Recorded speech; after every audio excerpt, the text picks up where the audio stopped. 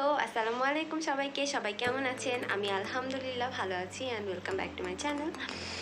আমি লাস্ট ভিডিওগুলাতে অনেক সাপোর্ট পাচ্ছি আপনাদের। আমি actually I am grateful to you, all of you. আর এখনও কিন্তু আপনারা অনেক মানুষ আমাকে লুকিয়ে দেখছেন, কিন্তু আমাকে সাবস্ক্রাইব করছেন না।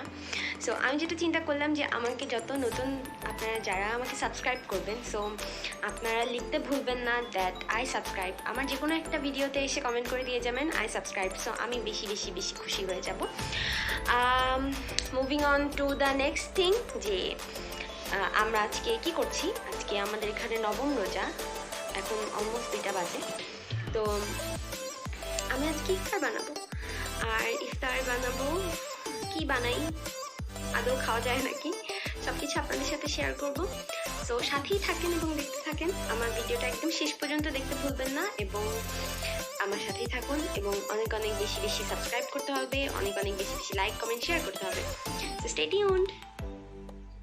রান্নাঘরে এসে ফার্স্টে হচ্ছে এই যে সব কিছু কেটে নিছি।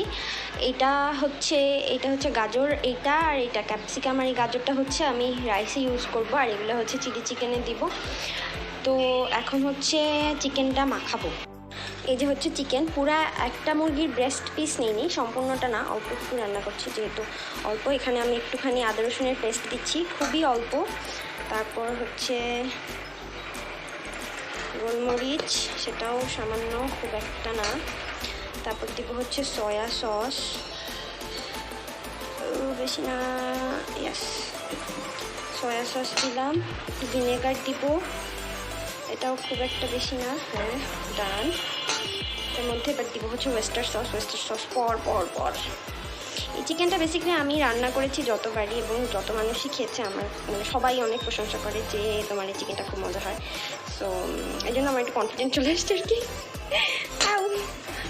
সো এটা হচ্ছে ওয়েস্টার সস, আর দিব হচ্ছে এটার মধ্যে আর কি দিতে হবে, আর দিব হচ্ছে চিলি পাউডার দিব, মানে রেড চিলি পাউডার এখানে, খুব একটা বেশি না, যে এতটুকু পরিমাণে, বেশি হয়ে গেল মনে হয়, ইয়েস বেশি হয়ে গেছে। That's it. এটা হচ্ছে রেড চিলি পাউডার দিলাম, আর দিব হচ্ছে এটার মধ্যে কর্নফ্লাওয়ার। দেন এটাকে মিক্স আপ করতে হবে। যে মিক্স আপ করার পরে জিনিসটা এরকম হয়েছে, এই পাশে তেল দিয়ে দিচ্ছি, তেল গরম হলে এটা ভাজতে দিয়ে দিব। সো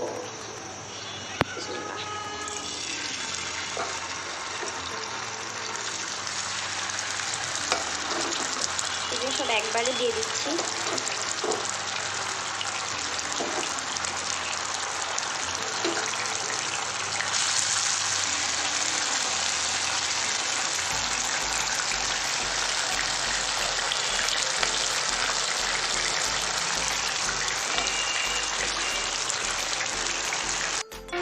রান্না করতে চেহারার অবস্থা পাই। রান্নাঘরে আসলে মেয়েদের বেশি সুন্দর লাগে, রাইট? এর মধ্যে অ্যাড করছি হচ্ছে কেচাপ, তারপর সয়া সস, ওয়েস্টার সস, আর একটুখানি ভিনেগার। আর এটার মধ্যে আমি অ্যাড করবো হচ্ছে এটা কি গোলমরিচের গুঁড়া। ওকে ডান। হ্যাঁ, এটার মধ্যে আমি অ্যাড করবো হচ্ছে চিনি, আর এখানে অ্যাড করতে হবে হচ্ছে লাল মরিচের গুঁড়া। তো লাল মরিচের গুঁড়াও বেশ খানিকটা দিলাম, খেতে হবে না, আমি যে হাত দিয়ে ধরলাম কী হবে আমার। তো এই তো, এবার এটাকে মিক্স আপ করতে হবে। আর এই যে তেলের মধ্যে হচ্ছে রসুনের কুচি দিয়ে দিচ্ছি।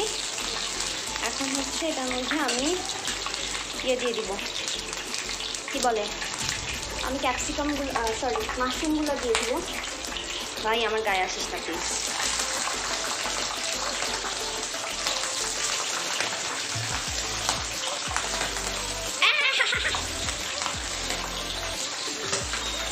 মাশরুম করতেছে কেন ভাই? এই হচ্ছে আপনাদের রাঁধুনির অবস্থা, যদি রাঁধুনিতে রান্না বান্না করতে গেলে এরকম অবস্থা তো হবেই। সো এই যে মাশরুমগুলো দিয়ে দিচ্ছি, আস্তে আস্তে সব কিছুই দিয়ে দিব। পেঁয়াজ দিব, গাজরগুলো দিয়ে দিলাম। গাজর দিলে ঠিক হয়ে যাবে, ঠান্ডা হয়ে যাবে। আমি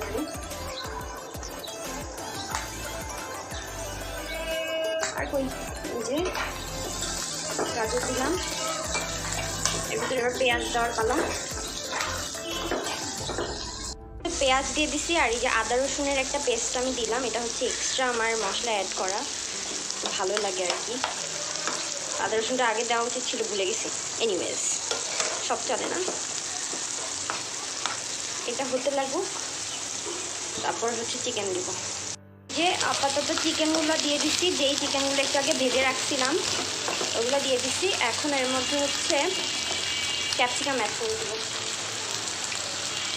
এই যে আমার ক্যাপসিকাম, অ্যাজ আমার ভালোই লাগে একটু বেশি বেশি করে ভেজিটেবলস দিয়ে মধ্যে করে রান্না করতে। আর হচ্ছে এটা একটুখানি কিছুক্ষণ পর আমার সসটা দিব, যেই সসটা আমি বানায় রাখছিলাম। হচ্ছে পালা যেই সসটা এই যে বানায় রাখছিলাম সেই সসটাই দিয়ে দেওয়ার। সসটা দিয়ে হচ্ছে বেশিক্ষণ রাখা যায় না চিকেনটা, আমি একটু তাড়াতাড়ি এবার করব। এটার মধ্যে হচ্ছে সসটার সাথে আমি একটু কর্নফ্লাওয়ার একটু গুলাই দিয়েছি, যার কারণে একটুখানি জিনিসটা একটু খেতে মানে ভালো লাগবে, চাইনিজ ফ্লেভার আসার জন্য। একটা হচ্ছে আমার ফ্রাইড রাইসের দিব, এগ ফ্রাইড রাইস করতেছি, এগ প্লাস ভেজিটেবলও যাবে। তো এটা হচ্ছে এখন নামায় রাখবো। তারপর ভাতটা হচ্ছে আগেই সিদ্ধ করে রাখছিলাম। তো আর সবসময় তো ফ্রাইড রাইসটা একটু ডিপ ফ্রিজে রেখে নিলে ভালো হয়, ডিপ ফ্রিজে কিংবা নর্মাল একটু বেশি সময়ের জন্য রেখে নিলে বেশ ভালো হয়। তো এটা আমি এখন উঠায় রাখবো। এখন হচ্ছে চুলায় আমি রাইসটা করব। তো হচ্ছে আমি মাখন দিছি, মাখনের মধ্যে হচ্ছে অনিয়ন দিছি। আগে আমার পেঁয়াজগুলো দেওয়া উচিত হয়নি, লাস্টে দিতে হয়। তারপর আমি দিয়ে দিচ্ছি ভুল করে, আমি মাথা খারাপ হয়ে গেছে, ওটা মানে একটু পরে ইচ্ছাই তো। আর এই যে গাজর দিছি, ক্যাপসিকাম দিছি, আর হচ্ছে মরিচ দিচ্ছি, কাঁচা মরিচ। তো এর ভেতরে আমি এখন হচ্ছে ভাতটা দিয়ে দিব। ভাতটা দিয়ে আমার রাইসটা কালারটা ভালোই আসছে, এখনও একটুখানি দমে রেখে দিতে হবে, তাহলে একদম পারফেক্টলি হবে। এর ভিতরে আমি সস দিছি হচ্ছে সয়া সস, ওয়েস্টার সস, আর এই তো দ্যাটস ইট। আর হচ্ছে আপনার এর ভিতরে তো আগের মশলাগুলো দিয়ে দিছি, আর একদম লাস্টে দিয়ে আমি ডিম দিছি। এখন এটাকে হচ্ছে ঢেকে রাখতে হবে।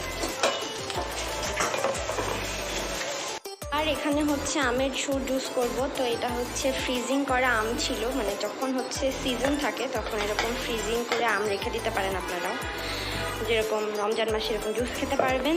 তো এই যে আমের মধ্যে এখন হচ্ছে চিনি দিব, পরিমাণ মতো দিলেই হবে, মানে আপনাদের আন্দাজ মতো। আমরা যেহেতু চিনি একটু কম খাই, 2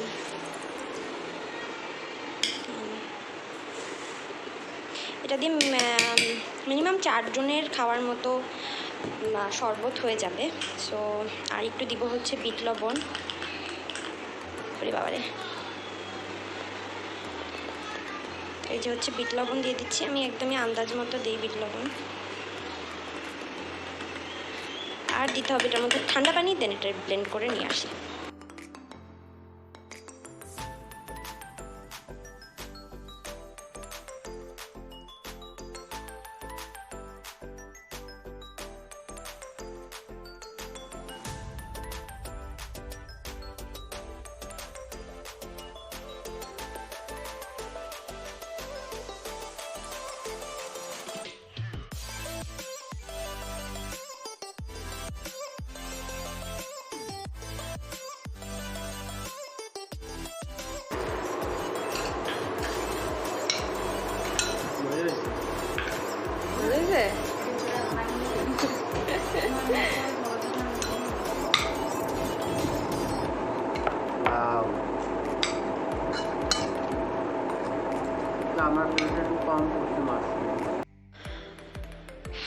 এই যে আমার সেই ডাবের পানি, যেটা কিনা আমি খেতে ভুলে গেছি। সো ইফতারি শেষ, এখন এটা খেতে হবে। এটা অনেক বেশি হেল্প করে যারা হচ্ছে রোজাতে ডিহাইড্রেশনে ভুগতেছেন, তাদের জন্য অনেক বেশি হেল্পফুল।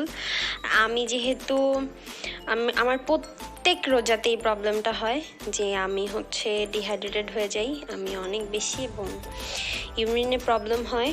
যাদের, সো ডাবের পানি ইজ মাস্ট। সো আমি এখন এটা খাবো।